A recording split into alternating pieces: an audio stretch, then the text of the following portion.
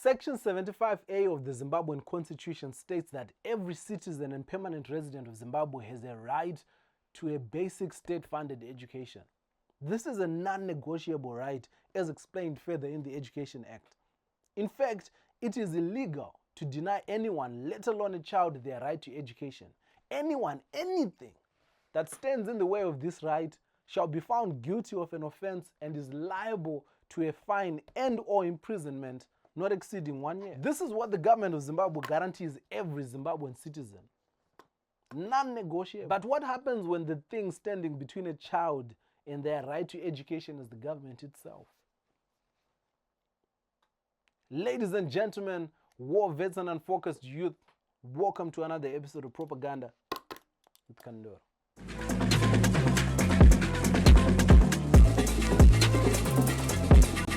Back in 2008, the words Tutsawana became embedded in everyday language, and yet it had nothing to do with actual accidents. Tutsawana were the minuscule portions of basic commodities repackaged from retail sizes, and they became popular because of two realities. One, there was a shortage of basic commodities, and two, even if there hadn't been a shortage, people still wouldn't have been able to afford these commodities in their retail sizes. So a 750 ml bottle of cooking oil would be repackaged into 100 milliliter bottles. And a 5 kg of millimil would be sold per cup. It's 2022 and Tutsawana have returned, but this time it's in the form of teacher salaries.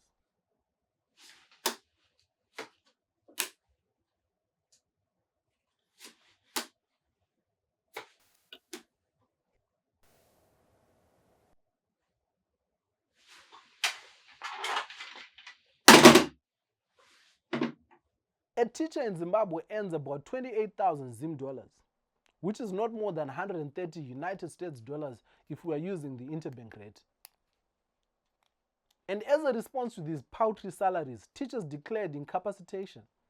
And instead of engaging teachers with the purpose of finding a solution, our government applied command reasoning.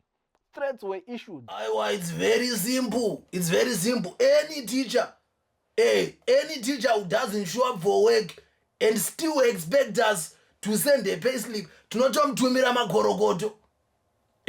Toroti magorogoto mawana rimwe basa kurisei kumushando.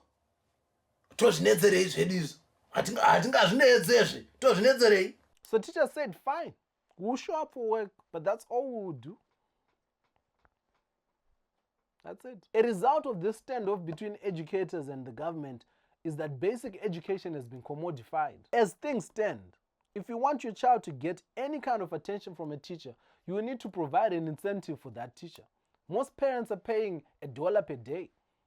And those who can't afford to pay that dollar have to watch while others learn. All because the government is stubborn.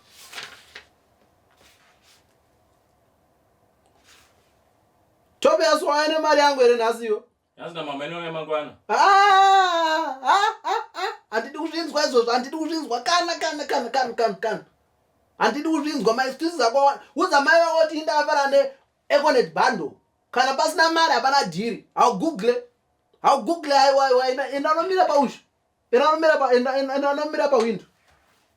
Inanomira pawindo aiwa. Ungade kurembera kava mwana wabhadhara vamwana vaende madhora avo. Dhora pakufamba asi kuita izvozvo ndanomira pawindo. Zvawadzidza nazvo zvakwana.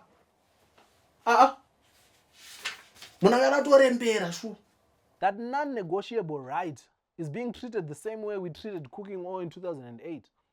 And as is always the case, those with limited means are suffering. There's children who, because of the pandemic and lockdown regulations, have missed 2 academic years because their parents could not afford the required internet and mobile data for online lessons.